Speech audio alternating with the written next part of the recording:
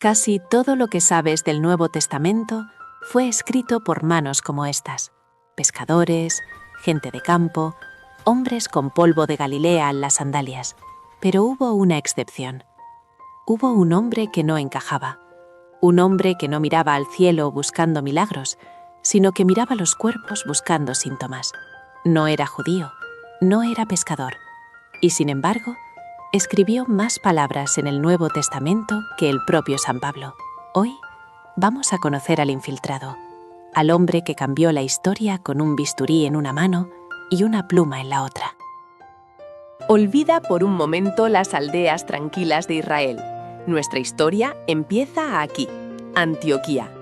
Imagina la Nueva York o el Londres del mundo antiguo. Era la tercera metrópoli más grande del planeta, solo por detrás de Roma y Alejandría. Aquí no olía a pescado, olía a dinero, a filosofía y a especias de Oriente. Era un caos de mármol donde se mezclaba todo: la belleza griega, la ley romana y el misterio oriental. Aquí nació Lucas. Mientras los otros apóstoles aprendían a remendar redes, Lucas se criaba entre columnas gigantes y bibliotecas. Era un urbanita, un tipo de ciudad, culto y refinado. Y tenía un secreto que lo hacía diferente a todos los demás autores bíblicos. Lucas era un gentil. En cristiano no era judío. Es el único autor de todo el Nuevo Testamento que venía del mundo pagano. Piénsalo un segundo. El libro más judío de la historia, narrado por un griego sirio. Los historiadores creen que antes de convertirse, Lucas era lo que llamaban un temeroso de Dios, un pagano fascinado por la ética de los judíos que se quedaba en la puerta de la sinagoga escuchando, atraído por esa idea de un solo Dios, pero sin ser parte del club. Esa posición, estar en la puerta, fue su superpoder. Le permitió hacer algo que nadie más podía: traducir. Lucas tomó una historia local y la tradujo para que el resto del mundo, gente como tú y como yo, pudiera entenderla. Pero había algo más en su mirada. San Pablo lo llamó el médico amado, y esto no es un detalle menor, es la clave de todo. Lucas tenía la paideia griega. Sabía medicina, retórica y filosofía. Y cuando eres médico, ves el mundo diferente. Donde otros veían un milagro genérico, Lucas veía un diagnóstico. Sus textos están llenos de palabras técnicas de la medicina de la época, términos que usaba Hipócrates. Cuando narra una curación, no solo dice «se curó», él detalla qué mano estaba paralizada. Describe la gran fiebre, con la precisión de quien ha pasado noches velando enfermos. Lucas no escribía de oídas, él investigaba. Trataba la historia de Jesús como trataba a un paciente, examinando los síntomas, buscando la verdad, investigando con diligencia, como un forense de la historia. Lucas no fue un simple secretario que tomaba notas, fue un arquitecto de puentes. Usó su bisturí intelectual para operar el corazón del mensaje hebreo y trasplantarlo a la mente griega. Gracias a esa precisión, a esa obsesión por la verdad histórica y a su sensibilidad de médico, la historia de un carpintero de Nazaret dejó de ser un relato local y se convirtió en el remedio universal para toda la humanidad. Y esto fue solo el comienzo de su investigación. Para entender a Lucas, no hay que mirarlo escribiendo en un escritorio. Hay que mirarlo aquí, limpiando heridas. Imagina ser el médico personal del hombre más perseguido del Imperio Romano. San Pablo fue apedreado, azotado 5 veces, naufragó 3 veces y pasó años en prisiones húmedas. Cualquier otro amigo habría huido, pero Lucas no. Lucas usó su ciencia para mantener vivo al profeta. En este capítulo veremos cómo el médico culto de Antioquía encontró su verdadero propósito, no curando a reyes, sino manteniendo con vida la llama que incendiaría el mundo. Volvamos un poco atrás. Lucas era un hombre de ciencia en un mundo de superstición. Sabía cómo funcionaban los músculos, los nervios, la sangre. Pero la ciencia tiene un límite. Te explica cómo vives, pero no por qué vives. Lucas buscaba respuestas. Había estudiado filosofía, había mirado a los dioses griegos y los había encontrado vacíos. Su mente analítica buscaba una verdad que la anatomía no podía darle, y entonces escuchó hablar de un carpintero judío que hacía lo imposible. Un hombre que no solo curaba la lepra o la ceguera, sino que curaba la culpa. Para un médico, Jesús fue el hallazgo definitivo. Lucas comprendió que él curaba cuerpos, pero Cristo, era el cirujano de almas. La historia no nos dice exactamente dónde se vieron las caras, quizás en Antioquía, quizás en el puerto de Troade, pero el encuentro fue explosivo. Piénsalo, Pablo y Lucas eran opuestos. Pablo era el fuego, un fariseo intenso, un orador que gritaba verdades incómodas, un hombre que actuaba por instinto y revelación. Lucas era el cristal, tranquilo, observador, metódico, griego, pero encajaron perfectamente. Pablo necesitaba a alguien que organizara el caos. Lucas necesitaba una causa por la que valiera la pena morir. Y aquí ocurre algo fascinante en el texto bíblico, un cambio de regla inesperado. En el libro de los Hechos, de repente, la narración cambia. Deja de decir «ellos fueron» y empieza a decir «nosotros fuimos». Lucas deja de ser el historiador que investiga y se sube al barco. Se convierte en protagonista. Ser amigo de Pablo no era un viaje turístico. Significaba naufragios, disturbios y cárcel. Mucha gente abandonó el barco. Cuando las cosas se ponían feas, cuando Roma amenazaba con la espada, los amigos desaparecían. Demas se fue. Otros huyeron por miedo. Al final de su vida, Pablo está en un agujero en Roma, esperando su ejecución. Está viejo, cansado y probablemente enfermo. En su última carta a Timoteo, Pablo escribe una de las frases más tristes y hermosas de la antigüedad. Solo Lucas está conmigo, el médico amado, el gentil, el que no debía estar ahí. Fue el único que se quedó hasta el final, cuidando el cuerpo roto del hombre que había cuidado su alma. Su amistad cambió la historia. Pablo fue la llama, la energía bruta, la pasión incontenible. Lucas fue el cristal, la lente que recogió esa luz, la ordenó, la escribió y la enfocó para que no se perdiera. Sin el fuego, el cristal estaría oscuro. Pero sin el cristal, el fuego se habría apagado en ese calabozo romano sin que nosotros supiéramos la historia completa. Pero la historia de Lucas no termina con la muerte de Pablo. Aún queda su obra maestra. En el próximo episodio, El investigador. 14 días. 14 días sin ver el sol. 14 noches sin ver una sola estrella. Imagina estar en un cascarón de madera en medio del Mediterráneo, en la tormenta perfecta. La tripulación ha tirado la carga. Han perdido la esperanza. Están esperando morir. Pero en medio de los gritos y el vómito, hay un hombre que no está rezando por un milagro. Está tomando notas. Está registrando la profundidad del mar, la dirección del viento y las maniobras de los marineros. Bienvenido al diario de supervivencia de Lucas. Para llegar a ese naufragio, primero tenemos que entender el momento exacto en que Lucas dejó de ser un espectador. Ocurre en Hechos 16:10. Es un detalle que a la mayoría se le escapa, pero es cinematográfico. Hasta ese versículo, Lucas escribe: ellos fueron, Pablo hizo, ellos viajaron. Es un cronista distante. Pero de repente, en Troade, la pluma se detiene y escribe una palabra nueva: nosotros. Nosotros buscamos, nosotros navegamos. Ya no es un historiador mirando desde la grada, ahora está en el terreno de juego.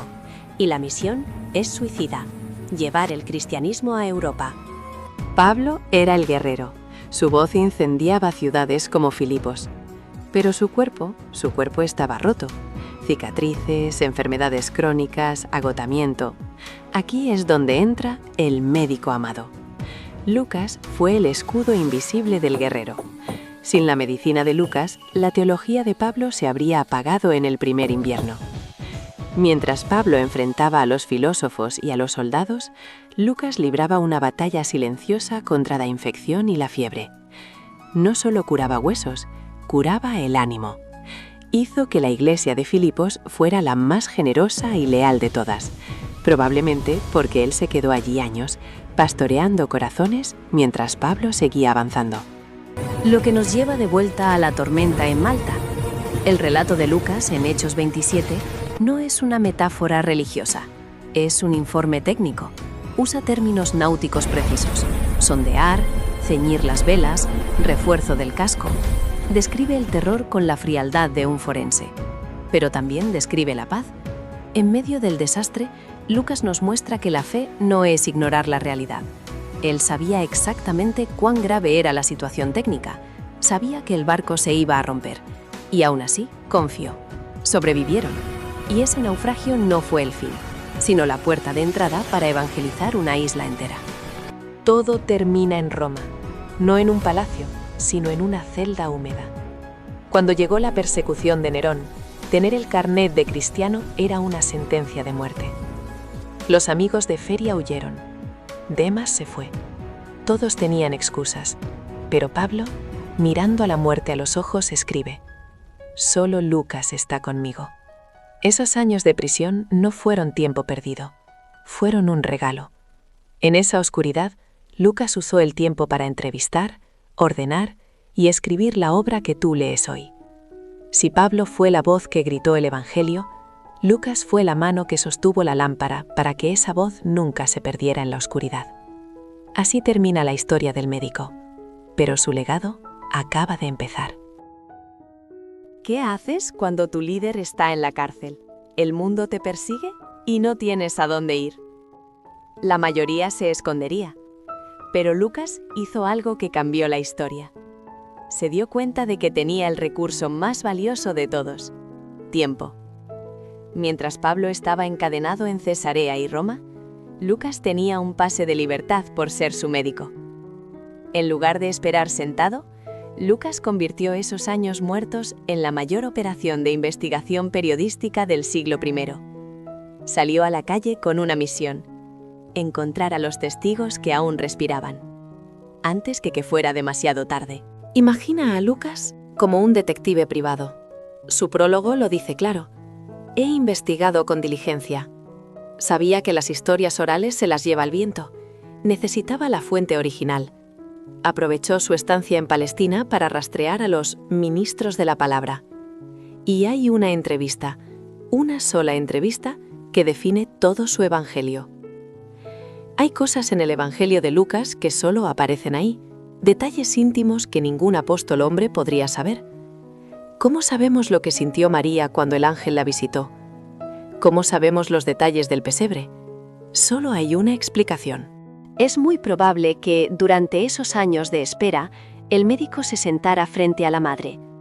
Lucas rescató la memoria de la infancia de Jesús directamente del corazón de quien lo vio nacer. Mientras Marcos escribía sobre el león de Judá y Mateo sobre el rey, Lucas, con su sensibilidad de médico, escribía sobre el niño, la madre y la misericordia. Fue en estas entrevistas donde rescató el material L, las parábolas que nadie más tiene, el hijo pródigo, el buen samaritano. Historias que, sin este tiempo de prisión, se habrían perdido para siempre en la tumba del olvido. De vuelta en la celda, con todo el material recopilado, Lucas transformó la prisión en un scriptorium. Era un taller de alta precisión. Afuera, Nerón quemaba cristianos. Adentro, Lucas blindaba la historia. Conectó los hechos, revisó la cronología, pulió el griego hasta hacerlo perfecto para su amigo Teófilo. Y aquí está la ironía final. Roma podía encadenar a Pablo, podía encadenar sus manos y sus pies, pero no podía encadenar lo que Lucas había escrito. El mensajero sale, cruza las rejas y el Evangelio se escapa hacia la libertad. Pero Lucas no deja a María en el pesebre. En su segundo libro, Los Hechos de los Apóstoles, nos la muestra una última vez, no cargando a un niño, sino esperando el fuego. La sitúa en el centro de la iglesia naciente, en Pentecostés, orando con los apóstoles. Para Lucas, María es el principio y el puente, la que inauguró la familia de Dios, no por sangre, sino por fe. Y así, el médico, el historiador, el artista, cumplió su misión. Nos dio el pasado para que tuviéramos futuro. En Hollywood dicen que las segundas partes nunca son buenas. Pero Lucas no estaba de acuerdo. Para él, la historia de Jesús no terminó cuando subió al cielo. De hecho, apenas estaba empezando. Lucas diseñó una obra maestra en 2 volúmenes. El Evangelio fue lo que Jesús comenzó a hacer, los Hechos de los Apóstoles son lo que Jesús sigue haciendo. No son historias sueltas, es un plan maestro. Y para ejecutar ese plan, el protagonista ya no es un hombre de carne y hueso en Galilea. Lucas es el evangelista del Espíritu Santo. En su segundo libro, el personaje principal es invisible. No es Pedro, no es Pablo, es el Espíritu. Lucas lo presenta no como una idea abstracta, sino como el motor de la historia. Es la gasolina del motor. Desde la primera página, Jesús promete poder. En griego, Lucas usa la palabra dynamis, de donde viene nuestra palabra dinamita. Y esa dinamita estaba a punto de estallar en una habitación cerrada en Jerusalén. Pentecostés, el Big Bang de la Iglesia. Lucas lo describe con efectos especiales de superproducción. Viento impetuoso, lenguas de fuego. Pero el verdadero milagro no fue la pirotecnia, fue la psicología. Hombres que días antes se escondían por miedo a ser ejecutados, de repente salen a la plaza pública a desafiar al imperio. Lucas nos muestra que el Espíritu no solo te da un idioma nuevo, te da una columna vertebral nueva. Ese día, la fe rompió la barrera del sonido y la barrera de la raza. Pero Lucas no solo narra explosiones, también narra la calma. Nos deja una fotografía de cómo vivían los primeros cristianos, la fracción del pan. Era una sociedad radicalmente nueva. Vendían sus propiedades, nadie pasaba hambre. No era comunismo político, era caridad volcánica. Lucas quiere que veamos que el milagro más grande no era hablar lenguas extrañas, sino amarse los unos a los otros en un mundo romano cruel y egoísta.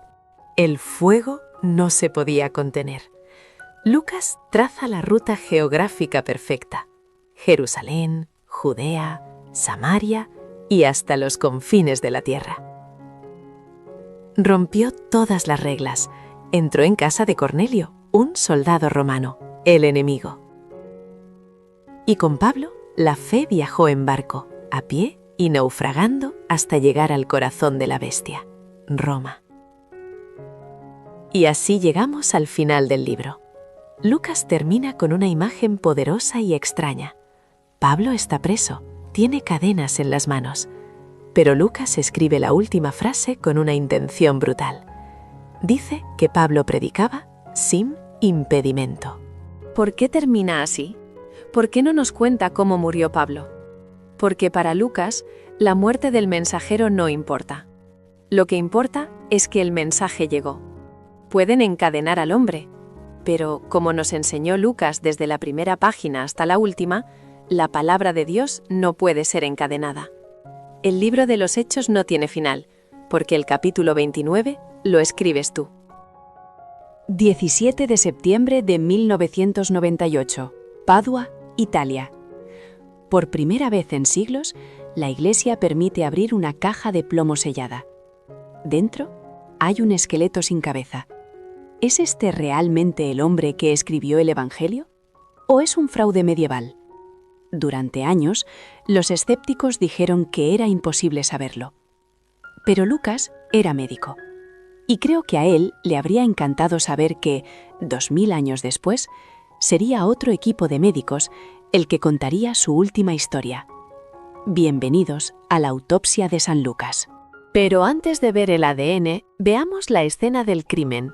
Lucas no murió mártir. La historia dice que murió en paz, a los 84 años, en Beocia, Grecia. Pero su cuerpo no descansó. Viajó más muerto que vivo. Primero los emperadores lo llevaron a Constantinopla como un trofeo espiritual.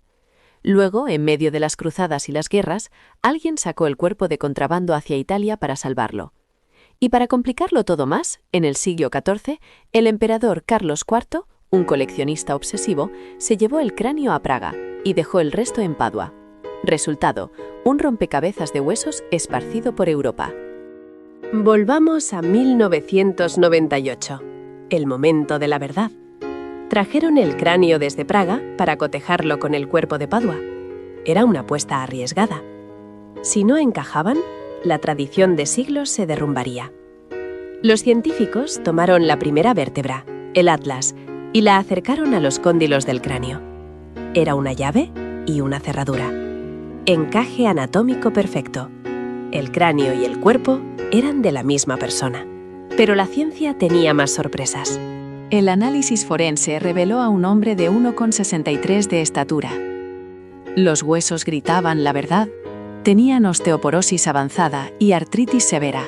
Era un anciano. La ciencia confirmó que murió entre los 70 y 85 años. Exactamente lo que decían los textos antiguos. Murió a los 84. Faltaba la prueba final. ¿Podía ser un griego anónimo? ¿Un italiano medieval? Extrajeron ADN mitocondrial de un diente. Y el resultado fue el golpe de gracia para los escépticos. El perfil genético no era europeo, era sirio. Pertenecía a un individuo del Mediterráneo oriental de la antigüedad. Todo coincidía. El origen, Antioquía, la edad, la época, carbono 14, no era un mito. El hombre histórico estaba allí, sobre la mesa de disección. La ciencia validó la historia, pero el amor cerró el círculo. En el año 2000, Padua devolvió una parte de Lucas a su tumba original en Grecia, una costilla. La costilla más cercana al corazón. Lucas, el médico que unió a judíos y gentiles, ahora une a católicos y ortodoxos. Su cuerpo descansa, pero su voz sigue resonando cada vez que alguien lee la parábola del hijo pródigo.